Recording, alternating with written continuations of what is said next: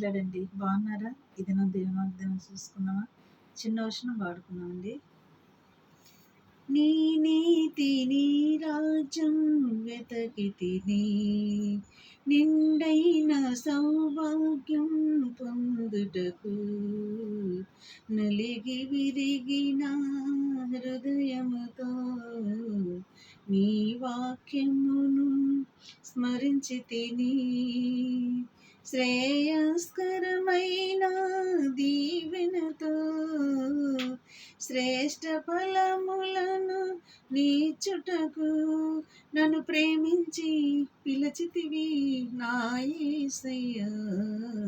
నీవే శ్రావశదనము, నీవే శాంతివదనము, నీ దివి సంపద నన్నే చేరగా, నా ప్రతి ప్రార్థన నీవే తీర్చగా, నా ప్రతి స్పందనే ఈ ఆరాధన, నా హృదయార్పణ నీకే యేసయ్యా. నీవే శ్రవశదనము. ఇది నా దేవుని వాగ్దానం చూసుకుందామంటే మనం 119వ కీర్తన 105వ వచనం చదువుకుందామండి. నీ వాక్యము నా పాదములకు దీపమును, నా త్రోవకు వెలుగై ఉన్నది. ఇది నా వాగ్దానం అండి.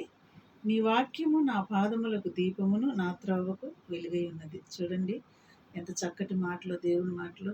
వెలుగులో నడుస్తాం కానీ చీకటిలో ఎవరైనా నడవగలరా? మన పాదములకు దీపమై ఉంటాడంట, ప్లస్ మనకి త్రోవ చూపటానికి కూడా వెలుగై ఉంటాడంట. ఎంత చక్కని మాటలు. ఆయన వెలుగై ఉన్న దేవుడు, మనల్ని వెలిగించటానికి మన కోసం వచ్చిన మన దేవుడు. ఇది నా వాగ్దానం. ఇటు వాగ్దానాన్ని బట్టి మనం ప్రార్థన చేసుకుందాం. కళ్ళు మూసుకోండి. మీకోసం నేను ప్రార్థన చేస్తున్నాను, మా కోసం కూడా మీరు ప్రార్థన చేయండి. స్తోత్రములు ప్రభా, ఇటు మాటలు వింటున్న బిడ్డలను, చూస్తున్న బిడ్డలను దర్శించి, ఆయా బిడ్డల హృదయములు ఈ మాటలు నీరుగట్టి ఫలింపచేసి నీ రాకడికి మమ్మల్ని అందరిని కూడా ఆయత్తపరచమని నజరేయుడనేసే నామంలో అడిగి వేడుకుంటున్నాను తండ్రి. ఆమేన్. God bless you.